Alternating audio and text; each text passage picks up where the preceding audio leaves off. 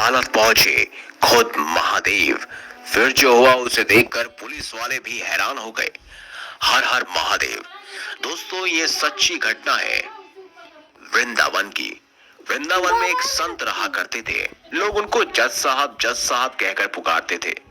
तब लोगों ने पूछा कि ये तो एक संत है, फिर लोग उनको जज साहब कहकर क्यों पुकारते हैं? तब एक ने बताया कि असल में वो संत एक जज थे जो जिले के कोर्ट में फैसला किया करते थे। जिले के एक गांव में एक केवट रहा करता था जो महादेव का भक्त था और बहुत ही भोला था। वो रोज शिव मंदिर जाके प्रभु की सेवा करता था। एक दिन की बात है, केवट को उसके पिताजी ने बुलाया और कहा कि बेटा, तुम्हारी बहन अब बड़ी हो गई है, कुछ महीने में उसकी शादी करनी है, पैसों की जरूरत आन पड़ी है, तुम जाके जमींदार से कुछ पैसे उधार ले आए और उस पैसों से तुम्हारी बहन की शादी कर देंगे, फिर बाद में उनको ब्याज सहित लौटा देंगे, तुम जल्दी जाके पैसे ले आओ। केवट फिर उस जमींदार के पास जाकर कुछ पैसे उधार ले आया और वो पैसे अपने पिताजी को दे दिए। कुछ महीने में केवट के बहन की शादी बड़ी धूमधाम से हो गई। शादी के बाद केवट शहर गया। कुछ सालों में उसने खूब सारे पैसे कमाए और फिर वो अपने गांव वापस आ गया। एक दिन पिताजी को बोला कि पिताजी, ये पैसे ले लो और जमींदार के सारे पैसे वापस लौटा दो। पिताजी ने बोला कि बेटा, तुम पैसे लौटा के आ जाओ, तुमने ही लिए थे, तुम ही लौटा दो। फिर वो केवट उसी जमींदार के पास गया और बोला कि जमींदार साहब, मेरा आज तक का कितना पैसा हो गया, कितना लौटाना है मुझे? जमींदार ने फिर सारा हिसाब देखा और बोला कि आपके इतने पैसे शेष रह गए हैं, वो भी ब्याज सहित।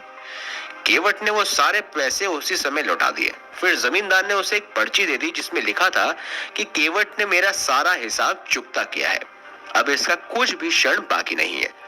जमींदार बोला, केवट, ये पर्ची देख लो। तब केवट बोला, नहीं साहब जी, आप पर भरोसा है, आपसे पैसे भी लिए थे और पैसे चुका भी दिए, ये तो भरोसे की बात हुई। जमींदार फिर से बोला, एक बार देख तो लो कि इस पर्ची में लिखा क्या है।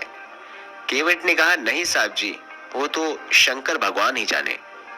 जमींदार ने सोचा कि ये केवट काफी भोला है, क्यों ना इससे ज्यादा पैसे कमा लूं। फिर जमींदार ने दूसरी एक पर्ची निकाली और उसमें लिख दिया कि केवट ने मेरे पैसे अब तक नहीं लौटाए हैं, और पहली वाली पर्ची एक पुस्तक में रख दी। अब दूसरे दिन जमींदार ने केवट के घर पर एक पर्ची भेज दी जिसमें लिखा था कि अगर मेरे सारे पैसे नहीं लौटाए तो मैं कोर्ट में केस कर दूंगा। ये देख के केवट और उसके पिताजी घबरा गए। वो समझ गए कि जमींदार उनको फंसाने की कोशिश कर रहा है। वो लोग अपनी जिद पर अड़ रहे और उन्होंने सारा पैसा लौटा दिया है, वो ये मानते रहे। कुछ दिन बाद जमींदार ने केवट के ऊपर जिले के कोर्ट में केस कर दिया। कुछ दिन बाद केवट को कोर्ट से समन्स आ गया। अब तो केवट को कोर्ट में हाजिर होना ही था। वो दिन आ गया जब केवट को कोर्ट में हाजिर होना था। केवट पहले शिव के मंदिर में गया और वहां से कोर्ट गया। कोर्ट में उसको जज साहब ने पूछा कि केवट, तुमने जमींदार के पैसे क्यों नहीं लौटाए भाई? तब केवट बोला, जज साहब, मैंने सारे पैसे लौटा दिए हैं, ये जमींदार झूठ बोल रहा है। तब जज साहब बोले, पैसे लौटाते समय तुम्हारे अलावा कोई और वहां पर मौजूद था या नहीं? तब केवट बोला कि हाँ, शंकर भगवान जाने, वही उस समय मौजूद थे। जज साहब बोले कि वह शंकर नाम का कोई व्यक्ति मौजूद था क्या? केवट बोला, हाँ हाँ, मेरे शंकर वहां मौजूद थे, उनको सब पता है। तब जज साहब बोले कि ये शंकर जी कहाँ रहते हैं, उनका पता बताओ। तब केवट बोला कि वह मंदिर में रहते हैं। जज साहब ने सोचा कि कोई पुजारी होगा जिसका नाम शंकर है। जज साहब ने शंकर के नाम का वारंट निकाला और अपने सिपाहियों से बोला कि वारंट लेके उस मंदिर में जाओ और शंकर जी को कहो कि वो कल हाजिर हो जाए। सिपाही तुरंत वारंट लेकर निकल गया। कुछ देर बाद वो मंदिर पहुंच गया। पुजारी से बोला कि हाँ, शंकर नाम का व्यक्ति कौन है, उनके नाम पे वारंट आया है, जाकर उनको बुलाओ। तब पुजारी बोला कि शंकर जी तो स्वयं महादेव है। तब सिपाही बोला कि ये वारंट उनके नाम पे है, उनको कोर्ट पे हाजिर होना पड़ेगा।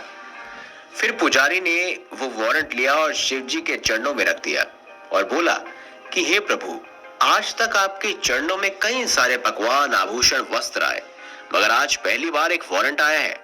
प्रभु, अपने भक्त की लाज रखना, उसे बचा लेना। आखिर